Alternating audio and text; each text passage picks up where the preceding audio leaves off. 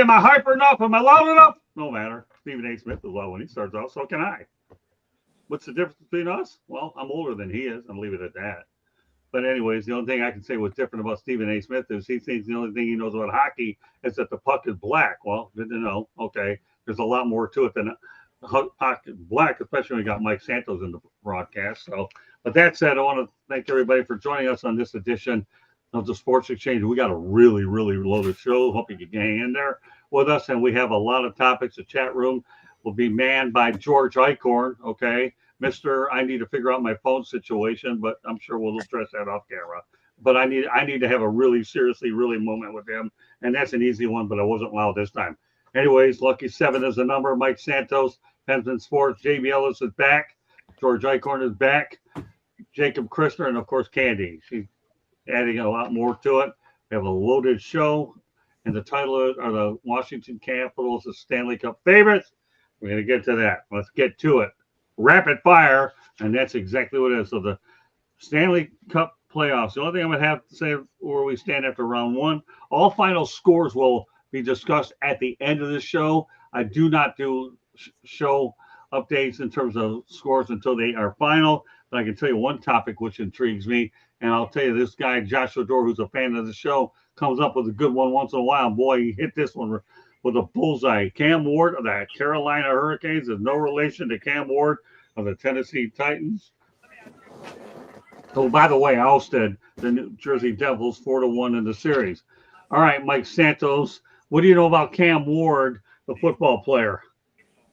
A little bit, since I live in South Florida. I think he was probably the right pick for number one for a team that needed a quarterback, but I can't say I was overly impressed with that Miami squad that he led last year. I mean, obviously they didn't make the playoffs. There was arguments on whether they should have been there and shouldn't have been there. But, even a couple of games they won last year, I think they won by the skin of their teeth, and even a couple of favorable calls here and there. So I think the jury's still out on what type of quarterback he's going to be in the NFL. So let's talk about the goaltender. I know you know a whole lot more about him, don't you? Yeah, well, he was a heck of a goalie. He came at the right time for Carolina when they were still in their infancy in Raleigh, and brought him a Stanley Cup. Of course, he had some good players in front of him, but yeah, he was a heck of a young goaltender at that time, and had a great career. Okay, you know what I said? We got to preserve the voice. Let's talk about Cam Ward, the quarterback, versus Cam Ward, the goaltender. What are your thoughts about those two guys? Both awesome athletes. I'm proud of the Tennessee Titans for getting him. I'm sure he'll do pretty decent with them. Probably the first year will probably be rough, the first couple of games, but once he knows the system, he'll understand what to do, and he's a good mobile player. The Cam Ward goalie, excellent butterfly goalie. He'll Stanley Cup final person. Excellent goalkeeper. JB will save me from losing my voice because he already knows what the topic is. Tell me what you think about both. So Cam Ward got drafted. I thought it was just Shedeur Sanders that got drafted this week. Barely. No, anyway, I love the humor. Good stuff. Keep it going. Anyway, Cam Ward, great football player. Obvious number one pick. Tennessee got a good young leader there. And I think it's even better with the circus around Shedeur Sanders because, like I said, everybody's focused on that. Takes away some of the pressure of Cam Ward being the number one pick. Cam Ward, the goalie, don't know as much about him. I know he's won a Stanley Cup. He always plays well. Carolina has another chance to get back to the Stanley Cup. They're a good team. But I can't say I know much about his attributes except that he seems to be a winner in Carolina. All right, George. Well, Cam Ward, the football player, I'm very impressed with, obviously, his composure, his excitement, but he acted very professional when he was drafted. I thought it was a very nice a few words he gave to the television audience. I think that I agree with Joe. I mean, Miami could have been better last year, but, he still has matured very, very well the last few years. I'm looking for big things from him. Maybe not this year, but going forward. The goaltender, what can I say? He's been one of my favorites for a long time. I mean, as you guys know, I'm in Detroit, the Motor City, and we don't have a star goaltender these days. But Cam Ward certainly has done a great job with Carolina, and his years in the NHL just speak volumes for his career. Jacob. If Cam Ward in the NFL becomes as big of a star as I think he can, Cam Ward in the NHL, we change his name to Montgomery. But it's still, but the biggest thing with something like this is I love watching Cam Ward go through that tunnel. You notice what his suit was? Nice and simple, but sleek. Nothing ridiculous, nothing all that. A nice little interview, as little of the interviews we had because we had to hear about Shedeur Sanders all weekend. But it's like, but here's the deal. There's no question in my mind the NFL pushed Cam Ward to basically make Shedeur Sanders look worse in certain ways. Like there was a meme / GIF / video on there showing Shedeur Sanders wanting to get a music video with Cam. Right. And he said, I play football. They stopped it right there.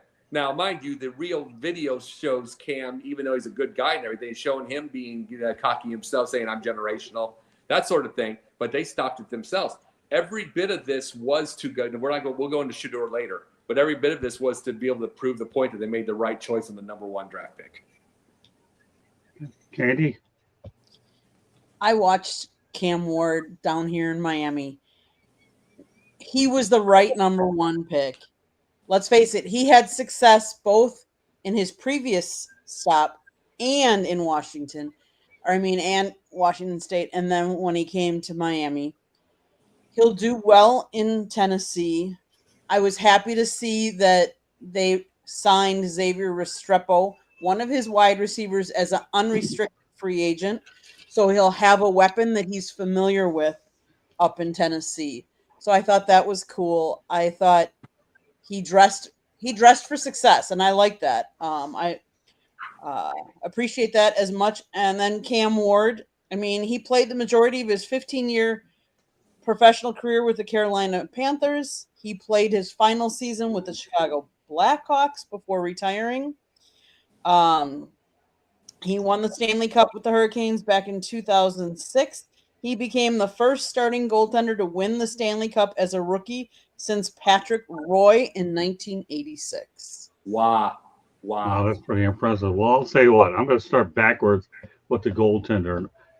I don't predict the Carolina Hurricanes will win the Stanley Cup. I'll divulge my prediction in a few minutes, but I'll tell you they can make a good run in the Eastern Conference.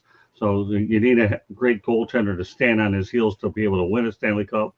Mike Santos has probably seen that many times, right? He's one that I think is capable of doing it. But they have a good goaltender there. As far as Cam Ward, Candy's pretty much said it. This guy was had an impressive pro day. They had 20 Miami Hurricane prospects out there in the first place. But they all came there to see Cam Ward. They had to assign parking for lots of the media. We ended up parking in the swimming area to see him. It was a packed house, but pretty good stuff. Hi, Steve. Thanks for popping in. We appreciate it. So with the Cam Ward, there's no question Candy was right. Restrepo is the all-time leader in receiving yards, passing Michael Irvin. You bring those two there, that'll be good chemistry. And again, I reiterate on the goaltender. A lot to get to. Alex Ovechkin has saved $8 million in his career by negotiating his own contracts and avoiding the 5% agent fee. If anybody knows about this better than Mike Santos, let me point him out because I don't know anybody here. What are your thoughts about what Ovechkin did negotiating for himself, Mike? I think it's smart, especially for a guy that's an elite player like him. There's really not a lot to negotiate. I've been on the other side of those negotiations hundreds of times, and that was one of the primary responsibilities with the organizations I was with was to negotiate contracts. And when you're Alex Ovechkin and arguably one of the top 2 or 3 players in the league every year, and the way contracts are structured, really in all sports now, but especially in the NHL, with a salary cap system, or the maximum that you can pay a player, there's not much to negotiate. Even the bonus structures that they have in the NHL now are dictated by the collective bargaining agreement. So there's not much to negotiate there either. So what do you need an agent for other than to have him take some? He's done the right thing, I think, and there really has been a lot of players that have done that through the years. One guy I do remember that it didn't work out for, and I had him as a player, was Gino Ojic, who unfortunately passed away in the last 2 years.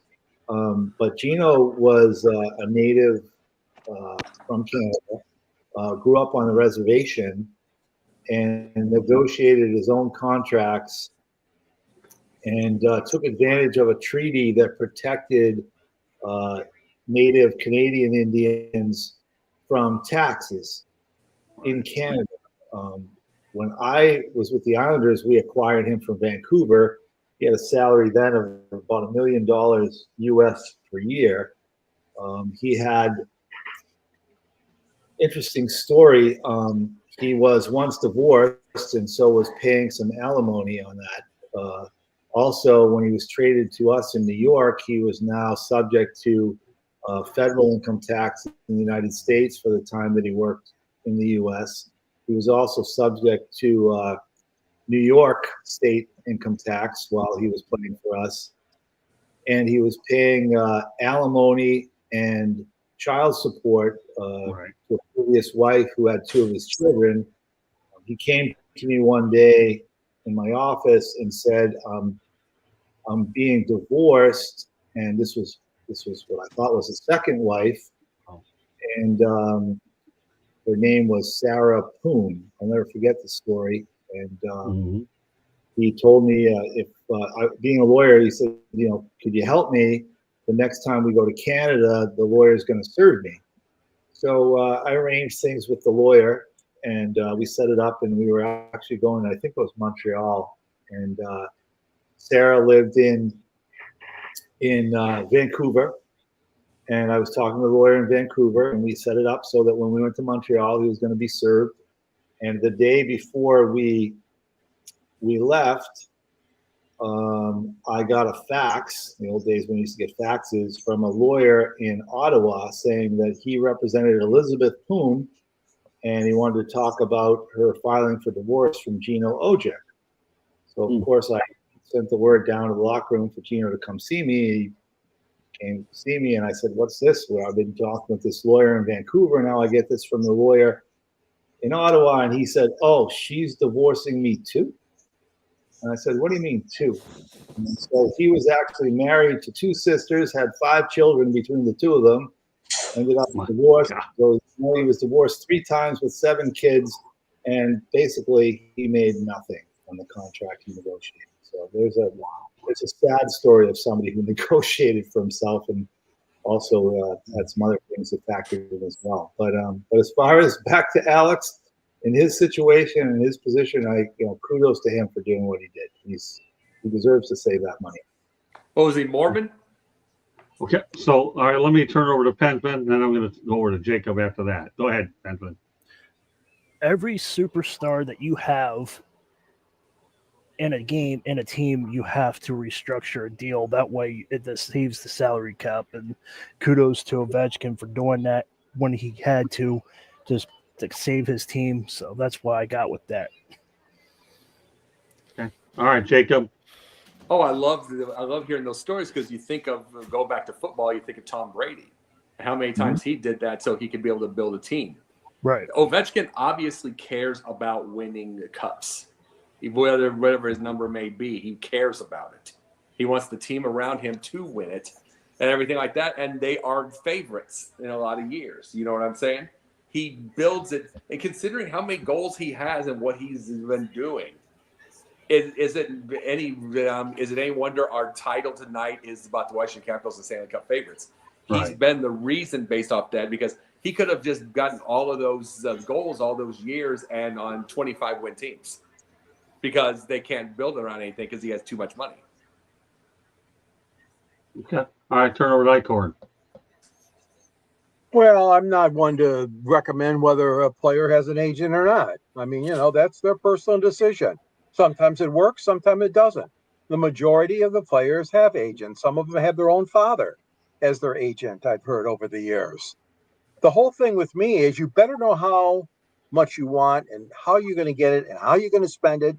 So more of a financial advisor, even if some don't want to have agents, they need a financial advisor with some of these huge salaries that these teams are giving out. Now, Ovechkin is a smart man.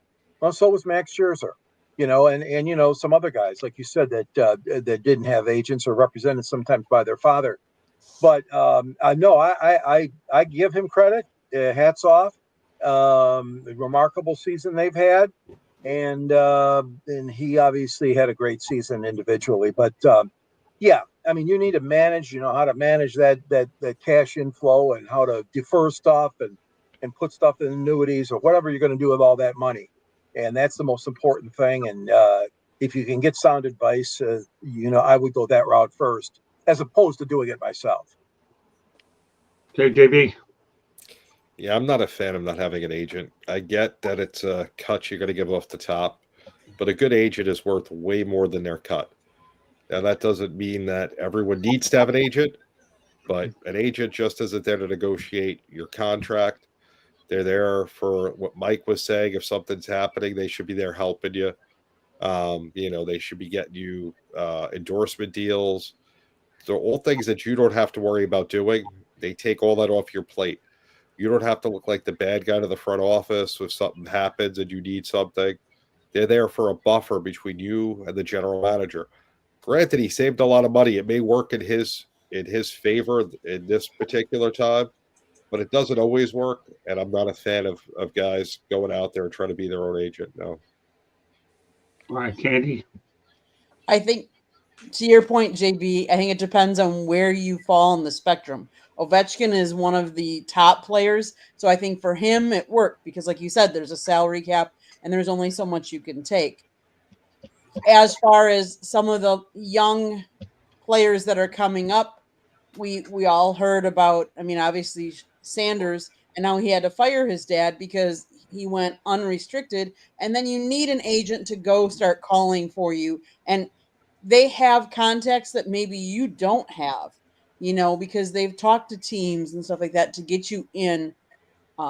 So where it worked for Ovechkin, and like you said, endorsement deals, like who's working all your endorsement deals, who's fielding all those calls and stuff like that. So, I mean, kudos to Ovechkin because it worked for him. You got to make the right decision for you, whether you think you need it or not, and who can help you best for you, and who's going to look out for your best interest. Okay, here's what I think of this whole thing. Number one, for Alex Ovechkin, it works out really, really, really well, and I'll tell you why. I do believe that 5% matters, but I'm going to tell you what. This really segues to our next topic, so I'm going to go ahead and lead off with this topic, and then send it to everybody else. The reason why it works so well for Ovechkin is this. The Washington Capitals 5 seasons atop its conference are the most among all franchises since 2009 and 2010, and tied for the most since Ted Leonsis, and I put the word Ted Leonsis, assumed ownership of the Capitals ahead of the 1999-2000 campaign. The Capitals clinched the number 1 seed in their conference for the 5th time in franchise history with each instance over the last 15 years. Also, they were able to do it in 2016, 17, 2015, 16, 2010, 2011. And I can tell you right now, Ted Leonsis is one of the best owners in all of sports. I know it's a struggle with the Washington Wizards, but this guy's body of work in the NHL is what it is. So Ovechkin's ability to negotiate with Ted Leonsis, to me, makes this a fascinating and successful negotiation because the owner knows what the player's worth and the player knows what he's worth to the franchise. And when you connect the two, then it makes it easier. Now, I will also say this. I think what Candy was talking about with Shiloh Sanders makes a lot of sense. He lands a guy like Drew Rosenhaus. But I'm going to tell you right now, J.B. Ellis will probably agree with me, one of the best agents, if not the best agent in sports, is Lee Steinberg, period. The league takes care of his people. I was fortunate enough to meet him up during the Super Bowl. What a class act he is. But so when you measure all the layers here, and that's why I wanted to really start off with this one first. Ovechkin, Leonsis, no brainer, 5%, not a problem because Leonsis knows how valuable that what Ovechkin means to the Washington area, period. All right, Mike, take it from there. So just to finish off what everybody said regarding Ovechkin, I mean, he's obviously in a very unique situation. Right. He didn't, unlike Tom Brady, he didn't take one penny less than he was able to get under the collective bargaining agreement. He didn't need to negotiate anything. I mean, his deal was done. Every time he needed to negotiate or sign a new contract, it was the maximum allowed under the CBA, and that's what he got. He also has a black card given to him by Putin, just so you know. So he really has no expenses, and that's true, by the way. It's true. But on the Leonsis side of things, I don't know what everybody else thinks in here, but for me, my experience is that the single most important thing for any professional hockey franchise, and I would probably say any professional sports franchise, success or failure, is dependent upon the owner or the ownership. I look in the hockey world, I look what happened in Tampa Bay, for instance. That organization floundered for years. And then won a cup when Davison had them for a little bit, and then went right back to floundering. And then when they were able to change ownership, look what happened to them. I mean, right. the way ownership not only treats its players in the organization, but hires good people, and most importantly, lets those people do their jobs. They don't meddle in things. They make them accountable, and they, especially if they make bad moves, but they let them do the jobs. And I see some of the things that that I know happened in Tampa Bay in particular. They just sold off part of that team a couple of years ago, and he went and gave not only the people in the organization, but anybody who had worked in that organization for him, going back to when he took it over, a portion of the money that he received when he sold off his interest in the team. And so all his interest, but I mean, this is the type of stuff that goes a long way. I can tell you, when I worked for the Islanders, I often would say, I'm negotiating a contract with so-and-so player. If I could save $250,000 in this contract negotiation, would you allow me to take that $250,000 and spread it around the staff? Because you don't understand how much harder and how appreciative your staff would be working for the organization. But it's just something that I think is overlooked by a lot of people, and my guess is that Leonsis is not a guy that overlooks that kind of stuff, and that's why they're successful. Right. Great points all the way around. And Mike, before we go around the horn, while we have an opportunity, these guys don't know your background like I do, so just give them an overview about what you've done, okay? And we'll talk about hockey operations shortly, which is, by the way, sponsoring the show. So just give these guys an overview real quick, and then I'll turn it over to Pensman and work around the horn on this, and we'll do one more topic leading into a station break. So go ahead, Mike. All right, so I was a bad hockey player, and then got into management. I was an assistant general manager of the New York Islanders, the Nashville Predators, and the Florida Panthers on 2 occasions, actually. Some people would say I was a bad manager as well, but we'll leave that up to the others to decide. I also worked as the commissioner and president of a couple of major junior leagues, and also worked for the National Hockey League for 7 years. One of my claims to fame, if you will, a long, long time ago when I was young, was where I was a part of a team of 3 people that actually created the NHL All-Star Weekend, including the skills competition, the Heroes of Hockey game, and all those types of stuff. I was one of 8 college roommates, and the only one that didn't play a game in the NHL. And you've had a past association with the Florida Panthers and the Islanders and who else? Nashville Predators. There you go. So there you go. This guy's been around the horn. So there you go, people. We got a guy that's seen it all. All right, Penguin, continue with the Commanders team and Ted Leonsis as long or as little as you want. All right. I'm a Penguins fan, but I give teams where credit is due. Folks, pay attention to what I'm about to say because this doesn't happen very often. The Washington Capitals are a decent team.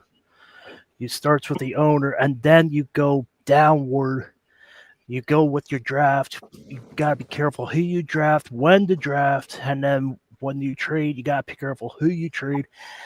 The ownership knows who to trade for, who knows how to draft. So with winning the President's Cup, to making the playoffs, to making the Stanley Cup Finals, he knows what he's doing. So I got to give Washington Capitals a lot of credit for what they're doing. So, and this is coming from a Pittsburgh Penguin fan. So Yeah, that's I know that's hard for you. Okay, Jacob. It's sour.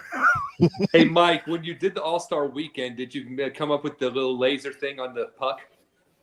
No, but I was working for the league when that happened. And that's a really interesting topic because I was in some contentious meetings about that when it was going on. It was right after Gary Bettman became commissioner. He became commissioner in the beginning of '93, and the puck came out for the '93-'94 season. Fox had signed a new TV deal with the league, which was really the first real network deal at the time that league had. And they had come up with the idea of the glowing puck, they called it, as well as all the other little gadgets and gizmos they had. The problem I had with it was it didn't do what it was supposed to do. It was supposed to help educate hockey fans. The problem was when you put a tail on the puck, it doesn't tell you where the puck is going. It tells you where the puck was. Okay, it doesn't tell you how fast the puck is going. It tells you how fast the puck went. And the problem that people had with watching hockey for years and years was they couldn't see the puck on the screen. Well, I would always say that when Nolan Ryan would throw a fastball, I couldn't see the fastball on my TV screen either. But I knew the game well enough, and the producers and directors of the TV networks knew the game well enough that knew that when he threw the ball, he was throwing it to the catcher. Right? Yeah. And the thing, go ahead. I'm sorry. When somebody hit a fly ball to center field, they didn't put the camera on the ball up in the air. They put it on the center fielder. And subconsciously, the viewer understood what was going on and where the ball was going. And they needed to do more to educate the producers and directors and camera people that were covering the game at that time that weren't as educated about the sport in this country as they are even now, 25 years later. So that they understood that, how the game worked and, what the strategy of the game was, that if the puck was here, the options were it could go here, it could go there. Let's have a camera ready here. Let's have a camera ready there. So I just thought that the glowing puck was something that just didn't do what it was supposed to do. Yeah, and I think that's why ultimately it didn't last. And a lot of people now give credit to high definition TV. It certainly helped, but I think it's really been the education of the people that cover the sport, meaning the camera people, the producers, the directors, and the fact that they've also been able to incorporate better camera angles, some of them close to the ice, which really accentuate the speed and the physicality of the game. It just makes it better for the field. So that's my absolutely. And I didn't like the laser either because, by the way, I see the puck on the stick when people are going down the ice, like Brett Hull, for instance, or I see it on the stick. You want to know where else I see it? When it's brought down and they're icing it. I still see the puck. I don't need a tail. Another thing, here's the deal on this part. There was a podcast that I listened to. It's like an old pro wrestling manager. He said it this way. They were talking about how during the time that they were telling the world that wrestling wasn't real, that sort of deal back in the 80s, 90s, that sort. They said what they should have done was smarten up TV, not the fans. And I say that with hockey as an example. It's like give them the one that weren't smartened up to the game, give the producers and the camera guys and everything, give them a class and it's intensive. Give them a class, tell them how so they won't miss anything themselves. And you can be able to do that. They missed more with that laser. They missed more with that laser than they would have gotten from that in the first place. It's like it was a gimmick, which I don't like the gimmicks in the first place. But just to bring up real quickly about Leonsis, that is one of my favorite type of owners by itself, completely and positively, because I need an owner that will make their money. They will make a profit. There's their idea, because that's what a business does. But he also wants to win.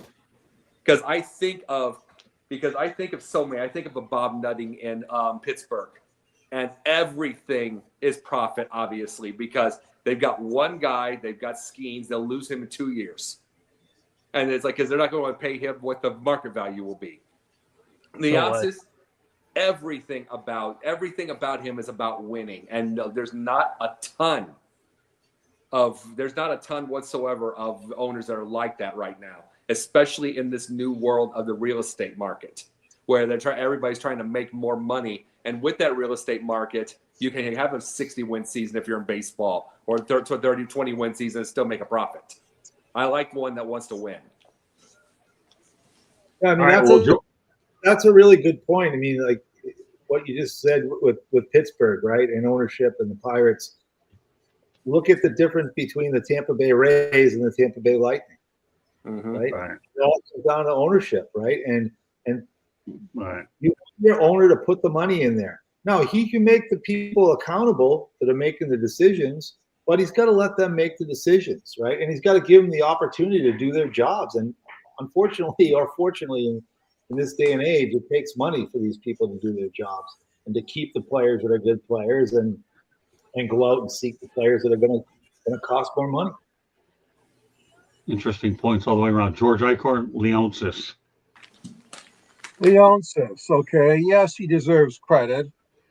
And he has made himself quite a strong, obviously, Stanley Cup contender. But let's not forget, the Capitals also let a lot of people down over the years. Okay, he owns one Stanley Cup, not four like Mike Yelich. He owns one. I'm not trying to say that he's not a good owner. All I'm saying is there have been years when they did not live up to their expectations, the Washington Capitals. And now they're playing well. It's hard to believe. Really, for me, they beat out the Red Wings by 1 point, and this year they win 55 games. I mean, that was a dramatic shift, and congratulations and hats off to Ted and his team. But yeah, no, he's had some lean years there too, and obviously with the Washington Wizards basketball team, he's had a lot of bad teams. But I like his style. I do like his style, and I think it's good for hockey and it's good for professional ownership. Okay, JB Ellis. Hardest thing in the world for an owner, who spends, back when Leonis bought it, hundreds of millions, now billions of dollars to buy a team, to just be quiet and let the guys you hire, like Mike, do their job. There's a lot of money at stake. It's not easy just sitting in the back and, writing checks and giving the front office staff the support they need. You want to be involved, but at the same time, a good owner needs to just know where they need to be, and every organization's different. George Steinbrenner had to learn. He had to step back and put baseball people in charge, like Gene Michael and Buck Showalter, to start winning. So it takes. Not everyone's cut out to own a team. Just because you have money doesn't make you a good owner. Look at Jerry Jones. Would anyone say he's a good owner of the Cowboys? Look at what they've done since they went on their Super Bowl runs when he first bought the team. But Leonis has done a great job with the Capitals. But what has he done with the Wizards? So does that mean he's a bad basketball owner but a good good hockey owner? Yeah, no, I'm with you. Great points all the way around. George Steinbrenner, Buck Showalter, Gene Michael. I had a chance to interview George Steinbrenner. That's in my book, Lessons from the Microphone, which Candy's about to take a station break after the next topic. Candy, you have the last word Leonsis, before she does, though, I will say this. I am predicting the Washington Capitals win the Stanley Cup playoffs. Win the Stanley Cup this year. I promise prediction. Washington Capitals will win it all. Now putting that on record right now, Ted Leonsis, George Eichern will get his second cup and will be drinking the bubbly. All right. With that said, I had to put it in there. Candy, you got the last word. We have one more topic. We go to a station break. Show moving along really, really nice. Have a lot of great stuff ahead after the station break. All right, Candace. So Leonis graduated from Georgetown University back in 1977. As of 2023, he held a net worth of $2.8 billion. As CEO of Monumental Sports, he has used the threat of leaving Washington, D.C. to demand the District of Columbia taxpayers subsidize the operation of his D.C.-based teams. He actually, if you look at, he is the founder, majority owner, chairman, and CEO of Monumental Sports and Entertainment, which owns the NHL's Washington Capitals, NBA's Washington Wizards, NBA G League's Capital City Go-Go, WNBA's Washington Mystics, and formerly the AFL's Washington Valor and Baltimore Brigade. Additionally, they own the Capital One Arena in Washington, D.C., and manages the MedStar Capital's Iceplex and George Mason University's Eagle Bank Arena. So he's got a lot on his plate. If you think about all those teams that he's involved in as he's the CEO of that company that owns all of those. It's interesting because as I look at some of the fan bases that I'm a part of, like the Green Bay Packers, they don't have a majority owner like this. They're owned by the fans, which is one of the very different than a lot of the other teams. But he's obviously had some success, maybe not as much as some of the others. Will Washington do it this year? That remains to be seen. But with that being said, we're going to go to a station identification break. Well, actually, you will after this topic, but because it's a really short one. We won't have to go long on this one, but we touched on it last week, Mike, and I'm going to reiterate on it again. So the Boston Bruins record since firing Jim Montgomery was 20, 27, and 6. The Blues hiring him at 32, 16, and 6. We talked about it, Mike. Now you have the records. What are your thoughts about what took place there with this record? You talked about the Boston Bruins not making the playoffs, let alone finishing dead last. I have a feeling there's a lot of long days ahead for them, and we know that the Blues are playing, and we'll talk about them a little bit later. So talk, Mike. Yeah, well, I think Boston Bruins GM Don Sweeney, who's a friend, really got himself into some problems the last several years, I'll say. And I won't include Cam Neely in this because I think, unfortunately or fortunately, he's protected because of his status as a legendary player in Boston. Right. And he's also not the GM; he's the president, at least in title. But let's not forget that Sweeney maybe listened to the players a little too much and rid the team of Bruce Cassidy, who then went to Vegas the very next year and won the Stanley Cup in Vegas. Right. He brought in Jim Montgomery, who in his first season coaching the Bruins set the record for, most points in a season by an NHL team of all time. And then, early in his third season in Boston, and they arguably had a successful season the following year. Both years they got knocked out by the eventual Stanley Cup finalists, Florida Panthers. Right. And then he moves into this season, and I think again, it just shows you where the power has shifted now to players in all sports, particularly in hockey. He got rid of another coach who was very successful there, and this coach walked into a St. Louis team that was in the bottom of the heap and was one of the best teams for the last half of the season, and now is deadlocked with the best team in the Western Conference to maybe win the first round series. So you combine those two coaching blunders, where I truly believe he just listened to players who were complaining too much, with the fact that he really screwed up his goaltending situation last year too. He had two good goaltenders that were splitting time the last 2 years, and he had one guy in Olmark that was signed. He had the other guy in Swayman who was coming up for a contract. And what did he do? He traded Olmark before he negotiated a contract with Swayman. He moved Olmark out, and then Swayman all of a sudden, his agent anyway, upped his demands and said, "I want $8 million each year for 8 years." And they said no, and he didn't care.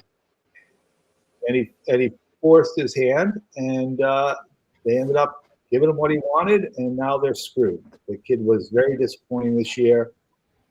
Couldn't live up to the money, and they're stuck with him. So the Bruins are in a tough spot. They moved on. Their captain Marchand. Good or bad, they're probably not going anywhere with him. But they decided to draw the line with Marchand in his contract extension negotiations, and so they moved him out at the trade deadline. The other problem, you guys, the Detroit fans here, and even the Pittsburgh fans on this podcast understand, is it's not a 21-team league anymore. Right. And you've got a salary cap to manage. So when you're in that window to win, you've got to stay in that window as long as you can to give yourself a chance to win the whole thing. The problem with that, besides making some tough decisions on some good players for financial reasons, is that now you're drafting 32nd in the first round instead of 21st or 22nd. And there's a lot difference when it comes to drafting hockey players that you're watching play when they're 16 and 17 years old. There's a big difference between, winning the championship and drafting the 21st best player compared to now with the league at its size, the 32nd best player. It's much more difficult to build your team through the draft than it used to be. And that's also a problem for those teams that are sort of stuck in that middle forever, right? That seems to be where Detroit is right now. Right. They're in that middle ground where they just can't get the big-time draft pick. Pittsburgh's finding themselves in that area now too. Let's face it, they lucked into Mario Lemieux followed by Sidney Crosby. Right. And when I say lucked into, they happen to have the first pick, once by lottery when those guys were available. But how often are those guys available? Once or twice every 20 years or so. We just saw what happened with Chicago, who stayed in that window of winning as long as they could, finally went to the bottom, ended up winning the lottery, and in my opinion, made the wrong pick. They took Connor Bedard, with all the pressure on, Connor Bedard going to be the next superstar. And the Sharks, who lost the lottery with the second pick, fell into Celebrini, who's the better player. So it's the leagues are, in all sports, the leagues are bigger now, and it's even more difficult to build through the draft. Look at the NFL that we just saw. It's a big difference between having picks 1 through 3, to 10 through 13, to 20 through 23, to 30 through 32, right? And that's what we're seeing. And Boston's in a heap of trouble. Okay, Pansman? I defer on this one. Okay, no problem. So I'll defer to the fact that the Washington Capitals won tonight's game 4-1 to eliminate the Montreal Canadiens as your first final of the night. The Capitals had Leonsis, Alex Ovechkin, moving on to round 2. All right, you know what? JBL has some thoughts. Yeah, I'm not a huge Washington fan. I think Carolina stuns them in the playoffs here. Too chalky. As far as the Blues and the Bruins. What's your thoughts about Jim Montgomery obviously leaving one and landing a better job mid-season, turning it So, around? yeah, I'm going to go with Mike on this one. Sometimes things just don't work out. Either players have Right. input, and nowadays players have more input than ever before. That would never happen years ago. Right. It's sometimes your message just doesn't get through to the group of guys that are in that locker room, but you go somewhere else and you're new. It's like Buck Showalter. I had the opportunity to cover the Orioles the year after Showalter left. And I spoke to a bunch of the beat reporters that had covered the team throughout the years. And they said Buck was great, but the problem with Buck was his act wore off after a couple of years. Everyone loved him at the beginning. By year 3, it was like, get this guy out of here. He was hard. It was a lot of work, and people just got tired of him. And sometimes that just happens. It just Bless you. Bless you. Everybody has different things that make them respond, and sometimes even though you could be the best coach, best manager in the world, it just doesn't work out in that situation. Yeah, I think that's a really good point that JB made at the end there. It used to be the old, some guys need a kick in the behind, some guys need a pat on the head, right? And that was part of coaching and managing and everything else. But now it's like nobody wants a kick in the behind, so you better pat me on the head. And in the hockey world anyways, the media now is controlled by podcasts. And and who are the leaders in the hockey world with podcasts and social media? They're former players, and not only former players, but recent former players. Things like Missing Curfew, which is Scotty Upshaw and Shane O'Brien, Spitting Chicklets with Ryan Whitney and Paul Bissonnette. Like, these are the guys that have all the influence, and they're also the guys that are connected to the players and not management, not ownership. And so everything's being directed at what the players want, and again, it's a culture now, at least in hockey, and I think probably other sports too. When you see some of the stuff that's been going on with football and especially basketball, where guys are just like, they want, don't kick me in the behind, just pat me on the head. If you don't pat me on the head, I'm gonna go out to the media and you'll be gone. Interesting from both of you. All right, George Eichhorn. Oh, I'm so mixed up here. What was your original question, Scott? Well, my original question was the Bruins record since firing Jim Montgomery, 27-6. Blues hiring 32-16-6. Well, Detroit tried to wave that magic wand too, and they almost got away with it, but it didn't happen. No, this is not unusual. Coaches come into different situations, different teams. What is unusual, though, is when they're able to make such a dynamic impact, which St. Louis is doing right now in their fight to get a victory in the first round of the playoffs. He's a good coach. He's a solid coach. And things went sour so much in Boston. I feel kind of sorry for him, because I know that has always been a very strong franchise. One of the original 6, always good coaching, good players over the years, and things just weren't going right anymore. And the old motto is a change of scenery. Change of scenery works a lot for players, but it also works for coaches. And what can I say? The Blues made the right hire. They did a good job in plucking him. The Blues. Okay, good point, George. All right, Jacob. All right, Mike. I was going to bring this. I've been waiting my time on this. You were an assistant GM, correct? Yes. Let me bring this part up to you, because these guys hear it enough from me, so you're going to hear it one of the first times. You keep saying the players have the power, and you're correct. The players have the power, but there's one more power that does not deserve to have power, but they do anyways, the moron fans. You talk about these podcasts from these players. Players, mind you, they played. But the morons listen. Morons think they know what they're talking about, the idiot fans. And then they say, fire him, fire him, fire. It's the first 2-game losing streak. And guess what? This is what happens by itself. It happens in football, it happens in hockey, it happens in basketball.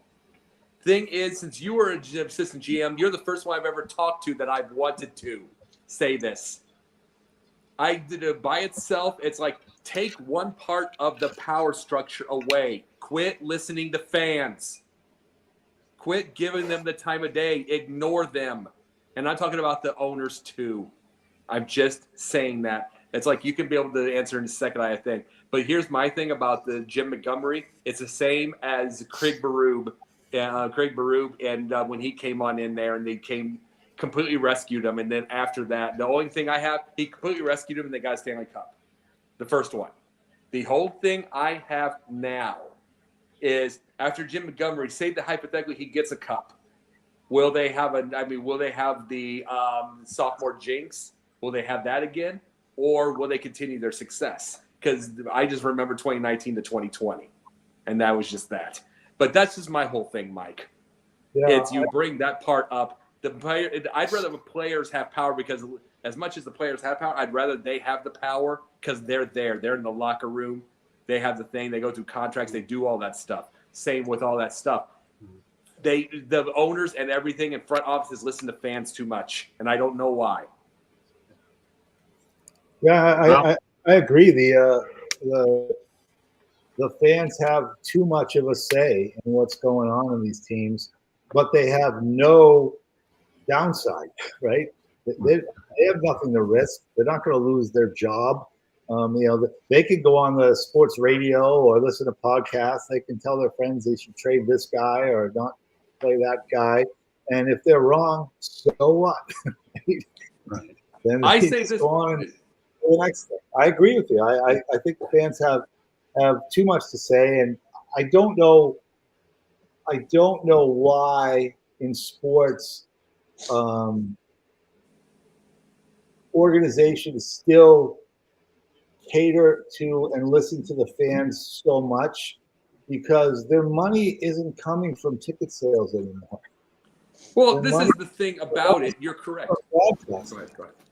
The money's coming from broadcasting dollars in all sports and real estate and all that stuff. But see, this is the thing. Even if it came from tickets, hypothetical, even if it came from tickets, this is the thing about this. A lot of these idiots that are blabbing off, they are living off of rage, alcohol, and gambling. They don't know what they're saying. They say, I'll never come back to this game again if you don't get rid of this guy. They'll be back. They will fill this. The first 2-game winning streak, they will fill the stadium. They're emotional nitwits. They're living off that. And it's like, the thing is, they get their bluff called all the time. And then they lose people. Then, like, I'll just say the Milwaukee Bucks. It's like, oh no, Adrian Griffin's too tough on us. Let's go get Doc Rivers at 30-13. They do this in these sports all the time too often. It is that is the biggest thing. Is there going to be one owner or one GM or one anything that is going to be like, you fans know nothing. You're not in the grind. You don't know a thing. Call their bluff. I guarantee the first couple of game winning streak, they'll be back.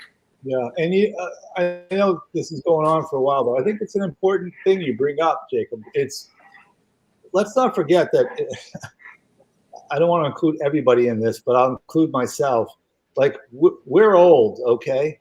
We grew up watching sports. Like, we'd put on a ball game or a hockey game or whatever, and we'd actually watch the whole game, right? Like, we had to see information and statistics and learn the game.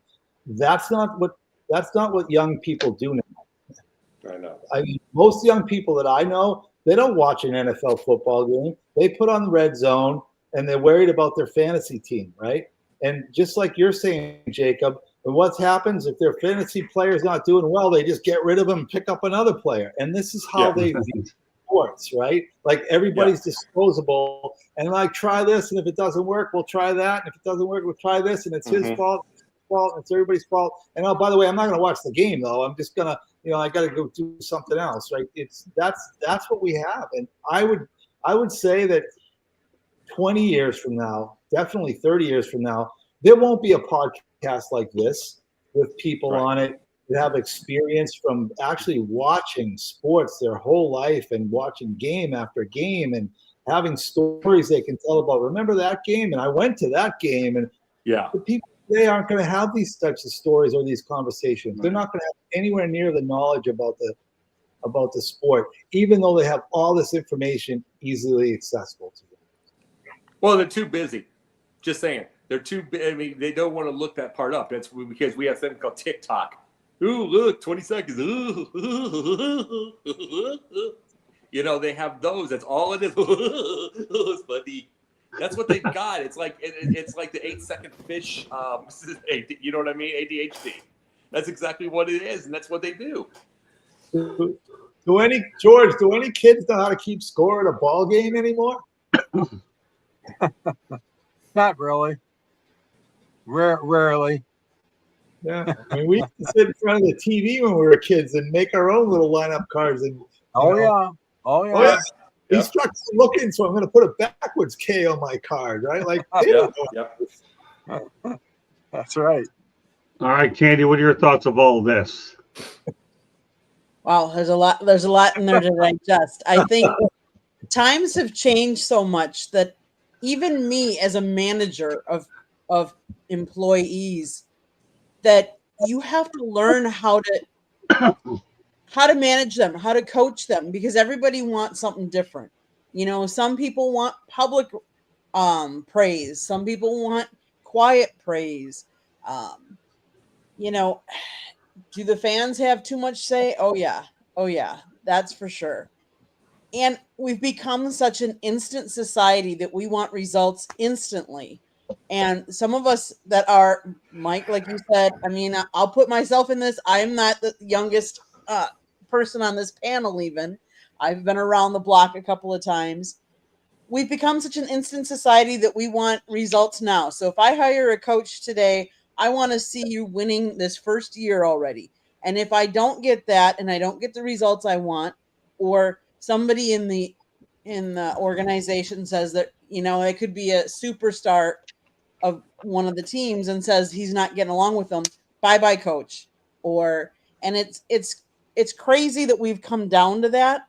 I think we've seen the last of like the long tenured coaches, because I don't think they're going to put up with all of this, as we've seen some before, like the Bill Belichick in the NFL. Like now he's in college, and with NIL, I don't know how long you'll see burnout of coaches. I think you're going to see that more and more, and with some of the superstars dictating things, I think you're going to see less and less and more burnout in the coaching or manager ranks. Okay, since JB Ellis is back on the show, I have to do this. Okay, listen. Okay, because he doesn't know. Here, listen. You know, here's what I have to say on it. Again, JB, I don't know if that's a good in person or not, but I'm trying to get it right. Anyways, like Jacob, he is consistent. I don't care what fans think at all. George Eichhorn and I can probably attest. Being in the press box to me is like being in the penthouse. I don't have to listen to them. I can stay away from these people. I don't like to go to games with fans because they get on my nerves. I can't work. I go to these environments simply to work. If I want to listen to them babble through their alcohol and their high-calorie meals and whatever else they want to throw out there, fine. I don't want no part of it. So listen, you know, we all know that it's a win now gratification. If you don't believe me, tell me why Dan Bilesma got booted after 1 year with the Seattle Kraken after Dave Haxtell, I thought, did a pretty decent job. You should have given him one more year in the first place. But that's another story. I don't care what fans think. Well, whatever. Okay. Right. You know, you can defer all you want, but now you don't have to defer, okay, because now the Motor City Man-Mouth is rolling here, baby. And I didn't mind staying last because I enjoy the entertainment, that I won't lose my voice on this show because I got plenty of people to make sure I don't lose it. But anyway, listen. All right, JB, we're going to get it right by the end of this. But the bottom line is this. Jason, as always, is on point. I don't care what the fans think. You think I'm going to sit here and as a media person, I'm not going to ask a guy whether he's on the hot seat either. I won't do it because that particular person, and George, don't say it. I'll do it for you. When Steve Eisenman was presented this question the other day, I get paid by the Illiches, not the fans and you reporters. And he's right. I think Steve Yzerman will be fine with that one top free agent and some decent draft choices. He's drafted well. But the bottom line is, I don't care. The fans are going to say what they want. Big deal. I don't care. Because here's the thing that I've learned, being on the inside, Mike, being on the inside. When I've talked to general managers and coaches before, we get inside information of how they think.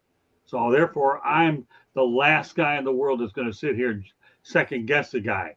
If I thought I was so good at the job, don't you think I'd apply for it? No.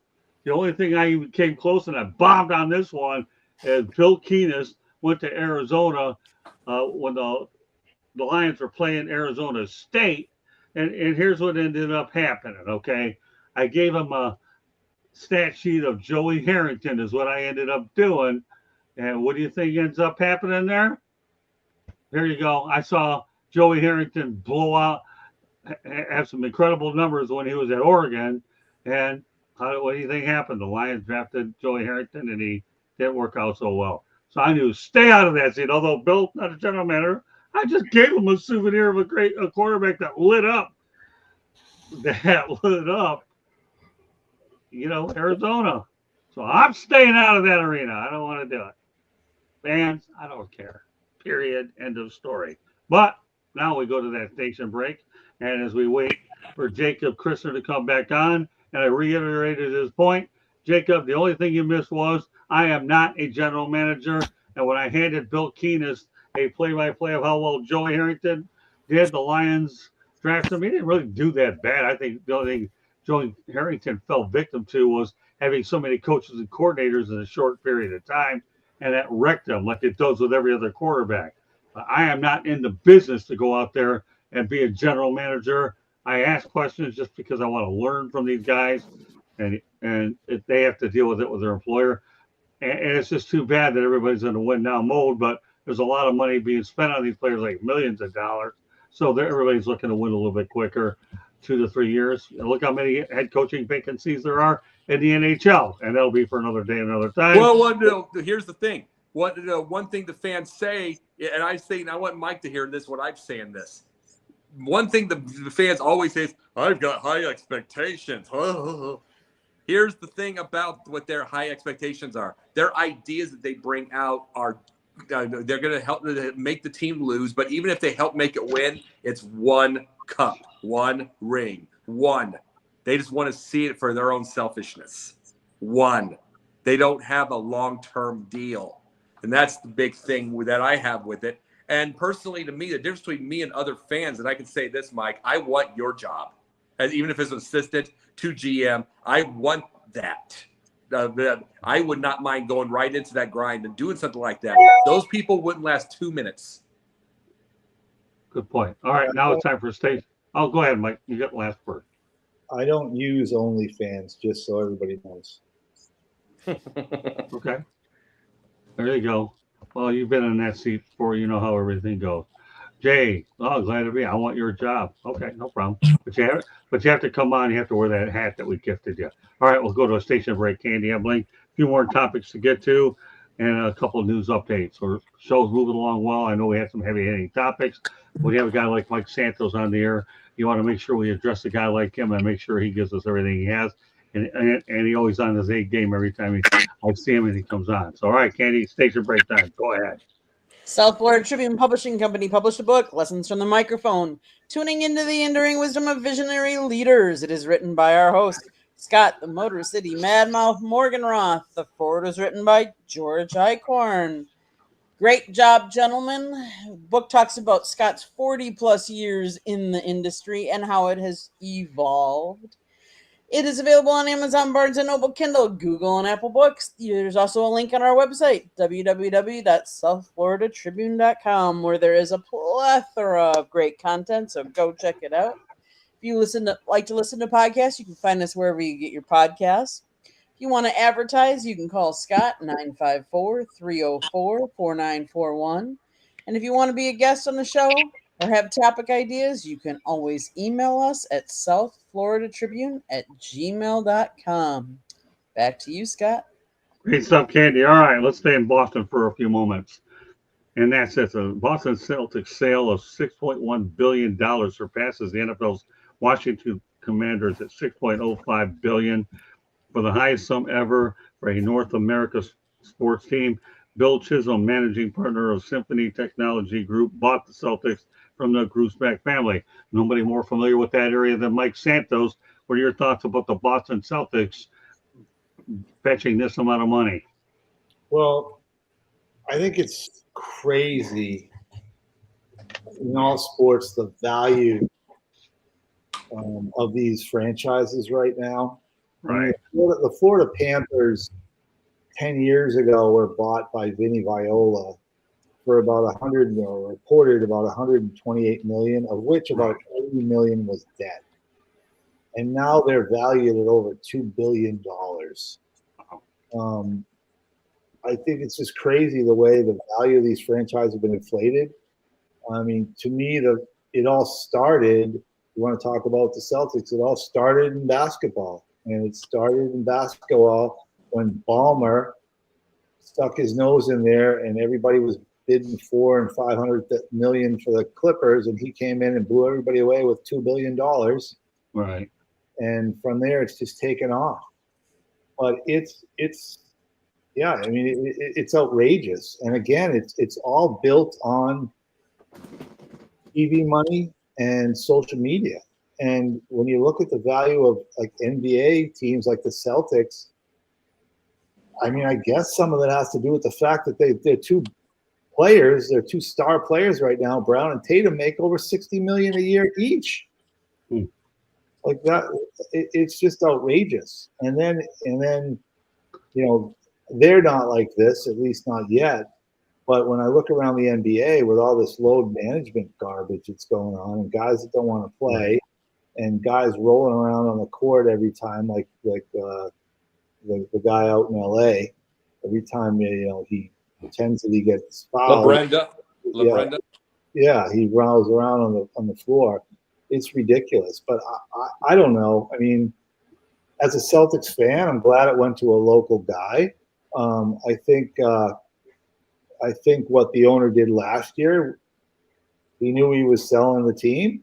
He went out and he renewed every single guy on that championship team last year and brought them back and basically said it's going to be the next owner's problem. So this is easy. I don't have to be a bad guy and start cutting contracts loose. I'll just sign everybody and the next guy will come in and buy it and it'll be his problem. But it's outrageous, I think, what these are valued at. And I come from the hockey world where, although, like we just talked about, Lee owns this. Candy said his net worth is like $2 billion. Like that is nothing compared to the average net worth of an NFL owner or an NBA owner. I always thought in the hockey world that most of the guys that were buying those teams, although much more wealthy than, or at least me, I don't know about you folks, they didn't compare to the owners when it came to wealth in other sports. And that's why hockey often had a lot of owners that really had no background in hockey. This was just the professional sport that they could afford to own. But I don't know. I'd be worried that a lot of this inflation of or valuations of teams is fairy dust and make believe. Pegman? Every team goes through this, and I'm glad that Mario Lemieux saved the Penguins when he did. They went up for there. Mario Lemieux saved the Penguins, bought them out, then took it over from Ray Shero. Ray Shero died, and then they have this GM. It just goes over. Now the Commanders, they're talking about selling their team. Dan Snyder messed up the team. They made the NFC Championship game last year. We'll see what happens this year with them. Every team goes through this. So whoever picks, I'm glad Boston's doing well. They're on the verge of repeating. So that's my take on that. Can I just add something before we go? Because what he just said, Hensman just said, is interesting because the Penguins, like you're right. Mario Lemieux stepped in and saved them out of bankruptcy, Right. and really was the reason why they were able to be successful for the next 25 years. But now they're owned by Fenway Sports Group. Mm-hmm. Okay, Right. give a darn about the Penguins. The Penguins are just part of their portfolio with Liverpool and and the auto racing teams they own and everything else. And this is where we're at, right? I mean, we see all these sports franchises that are selling pieces off to private equity firms, and this is what's driving up the so-called value of these teams. But are they really making them better? I mean, are they making the sport better? No, they're just all part of their big portfolio for social media or whatever else they're involved in. Great It's not point. making the Penguins better, that's for sure. Yeah. Well, I mean, let me set the record straight with you, Pensman. Okay, Daniel Snyder sold it to Josh Harris. So with Josh Right. Harris buying the team, you get Magic Right. Johnson involved, and what do you think you have? Magic knows how to win. Josh Harris is a really good owner, and the Commanders, I'm going to allude to them later in the show, so we'll leave it at that. JB Ellis. Yep. The valuation in sports is completely ridiculous nowadays. It's teams' values are ridiculous. Player salaries are ridiculous. Ticket prices are absurd. The fact that regional sports networks are going bankrupt nowadays, we have teams that own their own regional sports networks, which is genius. Keep all the money in-house. And I heard yesterday that Yes actually bought out or is about to buy out MSG, which is phenomenal. The Yankees will control all of New York sports except for actually no, I think except for whatever's on the Mets station, but who cares whatever the Mets have because they're garbage anyway. Except for Steve Cohen. I like the guy. He's the new Steinbrenner. But I'm a Yankee fan, so I have to hate him. It's kind of like life. Cohen can be a Yankee owner. Right on, JB. Right on. He bought the wrong team, but it's good for the previous owner. Get your money when you don't want to do it anymore. I love the fact that he signed his guys, but similar to hockey where we're talking about Ovechkin. I mean, there's salary cap in the NBA nowadays. Your top guys get what they're going to get. It doesn't really change much. It's a good move. Give everybody their money. The new guy knows what he has to deal with as far as pricing. He knows this is going to be a salary, and move on and go forward. Everything's done. And you know what? The Celtics are still going out there and winning. They're probably going to get to another championship series and can't really complain. The Celtics are the Celtics. I mean, there's only one of them. And thank God the Lakers with LeBron are about to get beat out of the playoffs.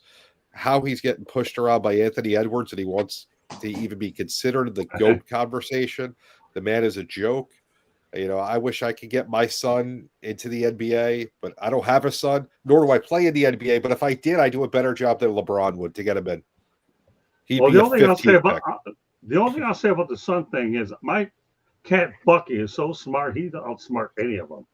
Scott, you would get him as a 15th pick. I don't know what pick Bronny was. I forget, but he wasn't 15. He was later than that. You'd get Bucky as a 15th pick. I know. I'll take him. I tell you one thing. He does more to Candy's mind games than anybody I've ever seen. We got a Harvard cat in our house. Let me tell you.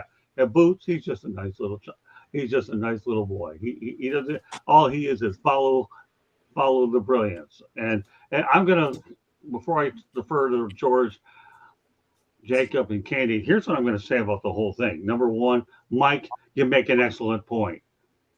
The guy he re-signed all of his players, and they're competing for yet another title. He did not shortchange, and he deserved to get $6.1 billion. Well, let's talk about Steve Ballmer.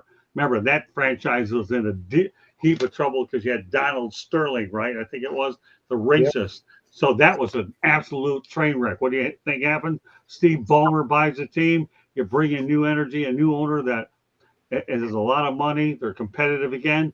And what happens? You build the Intuit Dome, and then you bring on Tyronn Lue. So the Clippers did everything right. And you've got stability with yet another NBA team in LA with the Clippers, who've always been second run, anyways. And here's a little footnote to that. They actually have a farm team called the San Diego Clippers as well, for those of you that are historic people. So there's a little piece of information. But that with Steve Ballmer is unbelievable. I hear he runs a great ship over there. I'm glad Jeff Van Gundy landed there as a defensive coach. I think he deserves another opportunity somewhere. Anyways, but when you compare and contrast the situation, more power to the Celtics guy. It really is. $6.1 billion. All you're doing is buying a championship team. You're not buying damaged goods. All you're buying is an iconic team with 20 some odd championships, anyways. For was it 18? I'll get to 20 before it's over with. But that's what they're buying. Go ahead. No, you're right. You're right, Scott. I mean, that's. I mean, they were the championship team. He went out and renewed all his players, so that's why he was able to get the money he was able to get for this thing. But we're talking about media companies and private equity.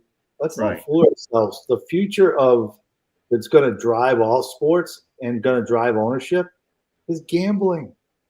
That's what's going to drive it. I mean, like, look at all these. Bally's went under last year, and now who are a lot of these teams broadcasting their games with? FanDuel. Right. Yeah. No, I'm with that. Their games like that's the future. It's going to be, all these sports are going to be driven by gambling. Well, you can already see it. Everybody, one of these days, I'll bring a gambling expert. That's another thing. And like Jay says, gambling. Look what fantasy sports did to sports. Well, there you go. I'm sorry, Mike. That's just going to make the fans worse, Jake. Right? It is. Yeah, I know. And by the way, I was going to say this, and here is the second, George, because I'm just going to say this part. I'll get it to you. The one thing you brought up the name Fenway Group. You brought that part. It's a group now. Larry Bird actually read this in an interview. He wanted to get a group together to buy the Celtics a few years ago, but they priced him out. And then Bird's got a nice amount of money, so that's telling you something. But here's the thing: if the Celtics weren't winning and getting as close as they are and winning all these titles and getting chances, people would have found that out. They would have, because Bird is legend there. So, congratulations to Boston is what they're doing. But one more thing before this, by the way, Scott. Yeah. Ballmer's not done everything correct. I can say one thing: he made a mistake. He got James Harden on that team. You don't win a title at all with James Harden. Well, you gotta wait a minute. Hold it. Really? Seriously? Really? You got a vendetta against James Harden? Oh no, I've been saying this for 15 give me a break. I've been saying this for 13 years. I know. That's why you have a vendetta against him. I have to just say what I say. I know. I like what you say. Years. Yeah, I mean, you're looking to pick this Ballmer apart, but we had to have a James Harden reference. That's okay. Of course we will. Because I've been saying it before the other people got into it. I know. You're consistent. Really? Seriously? Really? James Harden. I can't believe I heard his name on the show. Then again, we're bringing Delaware. Well, LeBron, let's remember LeBron is a member of the Fenway Sports Group. And the only reason they weren't seriously considered for the Celtics ownership is because the league's going to give them the Vegas franchise. That's true. That's already been determined. So now Mike Santos wants to get involved with an NBA show with me. Oh, I'll think about that. I got a great topic when you come back on here again. Now you brought that up. You just gave me an idea, Mike, and once an idea stays with me, it doesn't go away. Good stuff, though, Jacob. I knew that there was a James Harden reference. I just didn't know when it was coming, but I'm glad you did it on this platform. All right, George Eichhorn and the old piano. What are you drumming up for notes with this topic? Then we turn over to Candy, and we have a couple more other things we're going to get to. Go ahead. Okay, so there was a net 1,700% return on that $6.1 billion NBA sale. I'll repeat that. The Boston Celtics owners net 1,700% return. Now, you're talking about one of the glamorous franchises, like Scott alluded to. We're not talking about here the Washington Wizards. We're talking about 18-time NBA champions. So, of course, this price is going to be exorbitant. No question about it. Just like the Lakers or the Dodgers or the Yankees. I mean, let's not kid ourselves. The price is ridiculous. I agree. Everything that's been said, everything's driving this up. You know, these huge television contracts they're negotiating. Teams get so much of that pie, and all the other naming rights, and of course all the brand and merchandise they sell and everything. High ticket prices, I believe my friend JB mentioned. But that's what it is now. That's what pro sports is these days. And it's not going to get any different anytime soon. I don't think so. Detroit Pistons are sold to a guy who loves to sit in the front row and he likes to wear his clothes like he's back in the 1980s at a disco dance. Tom Gores, a Platinum Equity. Does that sound familiar? Equity, another guy making money and then putting it into a sports team with very mixed results, as you guys know, until this year. So all I'm saying is that, yeah, this is craziness. This is the way it is. This is the boardroom and the Wall Streets of professional sports. And I don't see it changing anytime soon, these high prices for these franchises. All right, Candy. It's kind of crazy when you think about how high they've gone up. Right now they're saying the only ones that are above the Celtics are, you would guess, the Lakers and the Knicks. And the Knicks are valued right now at $7.5 billion. But if you think about it, look at what all they bring in too, besides the media market, besides the sales of merchandise, besides the concessions. Like, there's a lot that goes into those numbers. But yes, I would say betting has really changed sports in general. And I would almost, it's hard to say this, but you watch a regular show and they're coming on and they're saying, oh, well, you can bet if this player is going to get, score before the third quarter, or if they're going to score how many goals. And it's not just you're betting on the game and who's going to win anymore. I mean, we all know Pete Rose did all that, but like now you can bet on a lot of different things, like who's going to win the coin flip. And it's just crazy. Jay, I know I do not, but it's changed how people watch sports as well. Yeah, the only thing I'm gonna say about this is the Celtics got $6.1 billion. There's only 3 other franchises that will probably eclipse it. One, you got the Yankees if they're ever sold by the Steinbrenner family. The Lakers, if they're ever sold. And I'm trying to think. Well, we all know that if the Red Sox get sold, they're going to get a lot of money as well. So there aren't many other teams that I think you can really value that's going to fetch as much. And of course, we talked about the New York Knicks, and Candy talked about $7.5 billion. Great stuff. All right, let's go to a couple of quick comments in the chat. A few more topics to get to. But boy, I knew we were loaded tonight. Mike, thanks for hanging with us on it. Yeah, the Pistons somehow avoided elimination. I knew this was going to be a long series. This Pistons team's got a lot of guts and character. George Eichner will be there probably tomorrow night anyway. So we'll talk about that on another show. Worth noting. So we'll stay with the NBA theme just a little. We don't have to talk too much on it. Chris Paul is the first player in NBA history to play all 82 games in his 20th season or later. I'll tell you what. As I said, we can talk as long as we want to on it. But I think this one here, when you look at where we're going with it, that's fine. Hey, Penson, if you have to bolt right now, that's okay. Don't worry about it. We appreciate your time being on the show. I just want to make sure that you enjoyed your time here with what we're doing. That's fine. You can go now if you like, and we'll take it home. And I know you'll be on Fire Up tomorrow night. All righty? All right. All right. Have a good night, Penson. Thanks. Nice meeting you, Mike. All right. So there we go. Now you have it. Now that we are down to 6. We're about to be down to 6. Mike, what are your thoughts about Chris Paul? This guy here, to me, is unbelievable. He really, really is. To be able to play 82 games in his 20th year, that says a lot.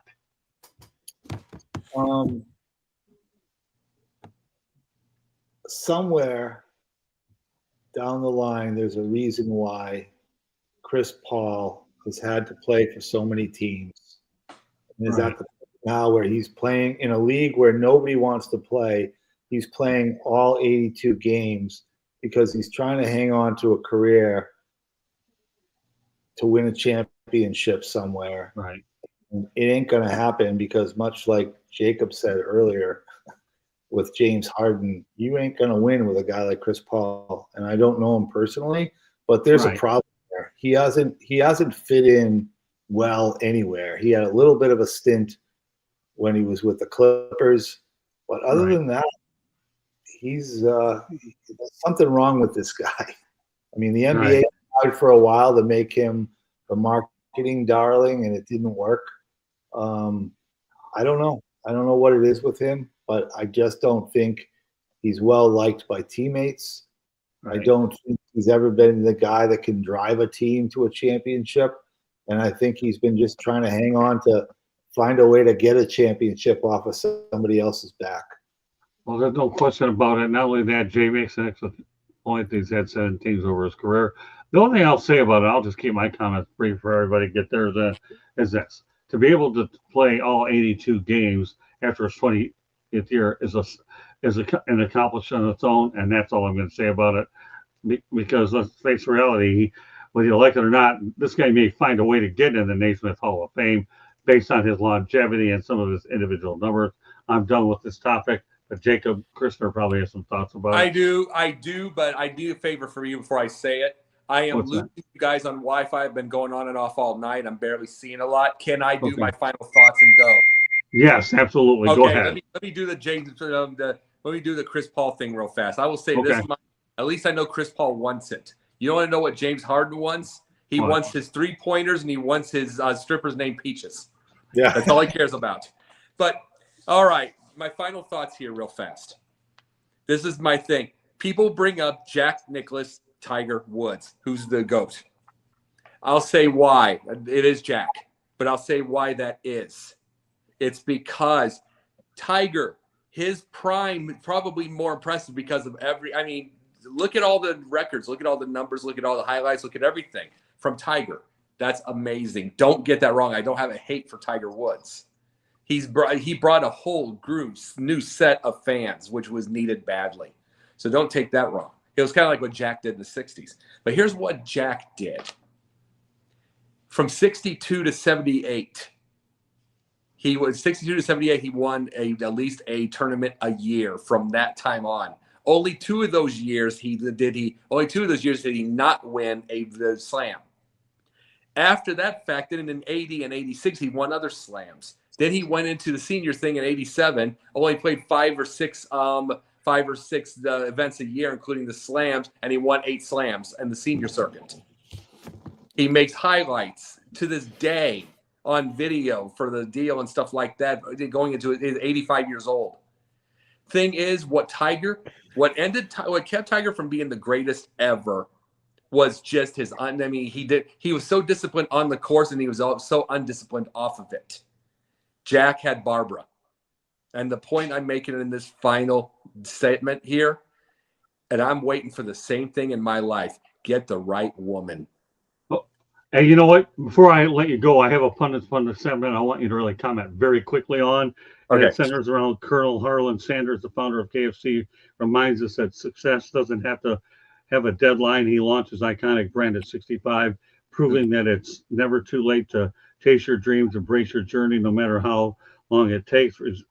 Persistence is the key. Just because you took longer than others doesn't mean you failed. Give me your thoughts on that. Oh, absolutely. He was going across the country in his car, showing his herbs and spices and everything like that to help to get to stores. He found Dave Thomas, who helped him run his stores. Dave Thomas became Wendy's later. I mean, by itself, Colonel Sanders became, he kind of sold out to a corporation and he just became kind of an image. So that was kind of a mistake in all, but truth, being at 65 and getting his millions, that's awesome for him because he worked his tail off and he had own little restaurant, and did all that kind of stuff until the highway went through his area and that was it. But remember, these type of things by itself is like by itself is like this. So think about aging now. And just tell me real quickly, Mike, how old are you? 60. See, this is the point about him. He was 65 with his thing. 60 and 65 look different than they do now. I'm 47. The only thing you see on me is gray hair. I'm 47 in August. But this is the thing. aging allows us to do so now of this type of era allows us to do so much. If Colonel Sanders had the aging thing like we have now with the options and everything like that, he could have gone longer without selling out corporate and making it a lesser product. Think about that. Well, we brought the topic up because we do the pundit segment. I figured this was easy. Last thing, let everybody know how they get a hold of you, then you're done. Okay, and just to say quickly, it was just saying like that. It was Barbara. Get yourself a good woman and good someone around you. That's all I meant by that. But yeah, but you can. I was in a background on a set this week, so I do movies here and there. I also do things with Sideline Sports and stuff like that. And I got a bunch of different things that irons in the fire. So I'm working on it. Yeah, we're glad to have you every Wednesday night here on the Sports Exchange. All right, Jacob, know your Wi-Fi is going, but we want to thank you for being on tonight. We'll see you next Wednesday night. Take care. All right. Bye-bye. All right, tonight. So now they're down to 5. Make things a little bit easier. We're on Chris Paul, George Eichhorn. What are your thoughts about Chris Paul? Well, he has my admiration. I mean, a guy could play that many, like you said, over 20 seasons and be in every game. It shows a lot of grit, a lot of determination. Yes, I'm sure there's other factors such as incentive and clauses and things like that in his contract, perhaps. But it's not like we're getting that crazy NBA mentality where they got to take off games whenever they want to. Load management or whatever they call that. So, yeah, Chris Paul, yeah, he has moved around a lot. That's true, Mike. But I think he's been a solid ball player throughout his career in the NBA, and I wish him well. JB Ellis. Yeah, I'm going to have to get going soon, too. It's getting late That's here. All right. But, excellent show so far. A lot of great topics. Chris Paul, there's always been something with him where he just, for whatever reason, doesn't get along. He was the head of the Players Union. I don't know if he still is. I don't really follow the NBA Players Union. But he was for a while. Candy's shaking her head no. He's a good guy, but he just doesn't seem to get along with his teammates.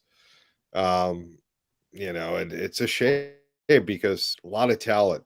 He had one chance, I think, where he could have won a title and he got hurt that year. I think it was it Achilles or a calf injury or something? I forget what it was. But it's a shame, and he's not going to get it this year. Maybe one more year if he's got it in him. Who knows? But just got to keep on playing and doing his thing. All right, JB, before you go, give me your thoughts about Colonel Sanders, and then you can let everybody know how they get a hold of you. Listen, never give up in life. Until the day you're dead, you always got a chance. It's as simple as that. If you give up, you're done. You never know if you keep putting effort into something. As long as you're doing the right thing, you just never know. I didn't know that about Colonel Sanders, but good for him. Hey, there's a lot of more stories like that than you would think, and it's always good to hear. I like to bring them in here, and that's what we're doing with the Pundit Segment. Go ahead, continue. Definitely, and then Sideline Sports. Every Tuesday night 8:30, Confidential Wednesday at 8 Central, of course, here, or 8 Eastern, here every Wednesday at 9. Website's down for some reason, still working on that, but we'll let you know as soon as it's back up. Great show, Mike. Pleasure meeting you. Scott, as always, great topics, very entertaining. George, thank you. Good seeing you. Nice seeing you, Joe.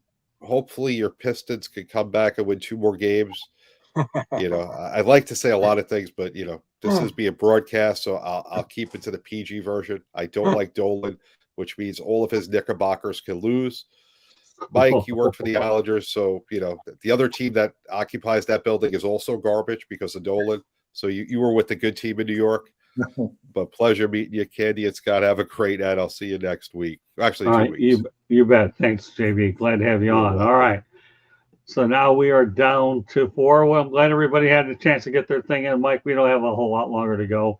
But Candy, some thoughts about Paul, and then you can give us your pundit version. CP3. He won the NBA Rookie of the Year award, an NBA All-Star Game Most Valuable Player award, 2 Olympic gold medals. He led the NBA in assists 5 times and steals a record 6 times. He's been selected to 12 NBA All-Star teams, 11 All-NBA teams, and 9 NBA All-Defensive teams. He was selected in 2021 to the NBA's 75th anniversary team. And like JB was alluding to, he also served as the president of the National Basketball Players Association from 2013 to 2021. In today's day and age, it's unheard of with load management and players taking rest that someone would play all of the games. Yeah. Kudos to him. You know, it's too bad that someone that's been around the league for as long as he has and has had some of the success that he hasn't been able to win. You know, but there's a lot of players that you could say that. And the problem with that is that's how we judge people, is how many championships do you win? Your career is based on how many championships did you win for the most part. So, All right, Candy, your take on the fun topic, KFC. KFC. Well, let's see. We went to the original KFC. We went to see where Colonel Sanders was. I mean, never give up, because you never know what's going to happen. That keep reaching for whatever you are dreaming for and keep striving for it, because you never know what's going to happen. Okay, very good. George, you know the two topics you got. Did you mention Chris Paul already, George? You already did, right? I talked about Paul. I didn't talk about the Colonel. Yeah, we were there. Well, now you can. Yeah. You went to the we saw his place in Kentucky, and then just a great story. The little museum they have and everything. The man, like you said, he never gave up, even if he was in his 60s. God bless him. And what a franchise he built. Some of the best chicken around, I think. Yeah, well, we'll take it a step further on that. I had an opportunity to not only go to that with Candy, but we also went to his grave site out in Kentucky as well. So that was pretty neat to be able to see that as well. All right, Mike, some thoughts about KFC? You already told me about Chris Paul. So yeah, so my first thought is that Chris Paul must have been a fan of Colonel Sanders. So he's still going at it at this age, but. I try not to eat a lot of KFC. I am an original recipe guy when I do. Yeah, I mean, there's probably not a better fast food product out there. I mean, maybe Taco Bell's a close second. I try to stay away from those things, but yeah, the Colonel did good by me. One other note, this just came across my thing, but a fan fell off the Clemente Wall in Pittsburgh tonight at the Pirates game. I don't know if you guys saw that, but it doesn't look good. So, oh boy, oh wow, that's too bad. All right, well, what we're going to do now is we're going to go to our news update presented by Hockey Operations LLC, and I said presented by Hockey Operations LLC. I'll go through real quickly. Western Michigan actually won the NCAA tournament and spent no money in NIL. That's incredible. I can't see that happening too often. More power to Western Michigan. Jordan Binnington hasn't won a game in Winnipeg since November 9th, 2021. And we'll see whether or not he can break that streak as well. And finally, Maryland is hiring Texas A&M coach Buzz Williams as its next head coach. What does that mean? He gets to face the Michigan Wolverines again more often, and they got ousted by the Wolverines. With that said, that completes this edition of the Sports Exchange. But Mike, before I would go, why don't you go ahead and give us some more details on Hockey Operations LLC, some updates, and when we have an opportunity to go out to dinner with you, hopefully next week, we'll be able to make even more progress with our company and yours to be able to do even more projects together. The floor is yours, Mike. Yeah, no, nothing really new to report with the business, but if anybody needs to get in touch with me, they can reach me at msantos@hockeyoperations.org.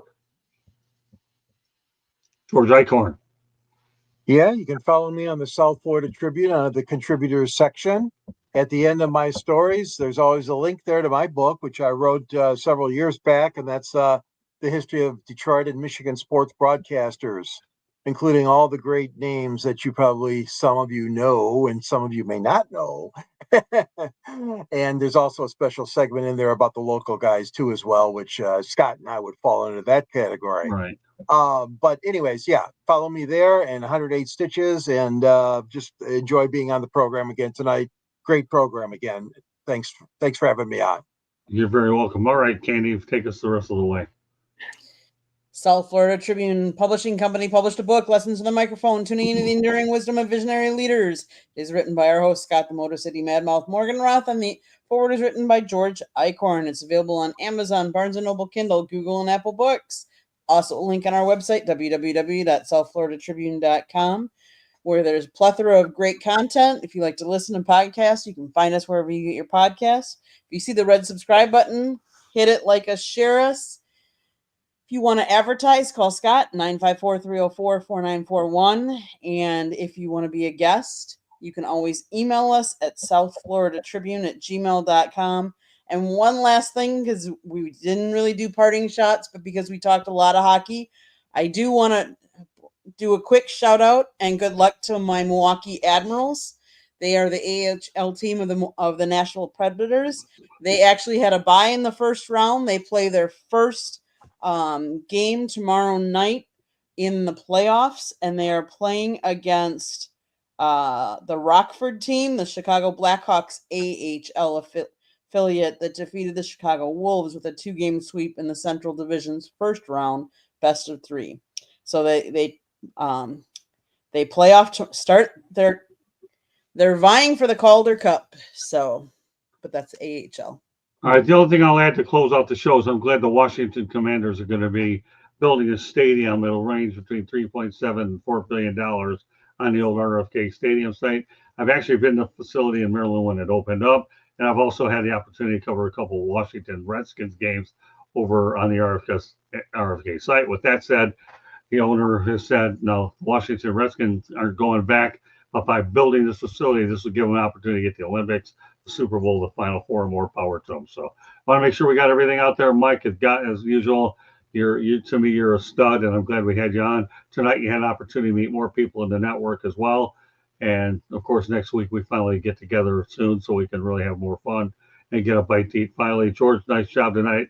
I'll talk to you in a few minutes after the show. Candy, as usual, great job the rest of the way. So on behalf of J.B. Ellis, Jacob Christner, Pensman, Mike Santos, Candy Ebling, and George Eichhorn, my name is Scott Morgan, Roth Motor City Madmouth. Thank you for joining us on this edition of the Sports Exchange, and a shout out to everybody in the chat room who everybody made some great contributions. Without you, to me, the show would be talking to ourselves. So good night, everybody, and we'll see you on next Wednesday's edition of the Sports Exchange. Bye now.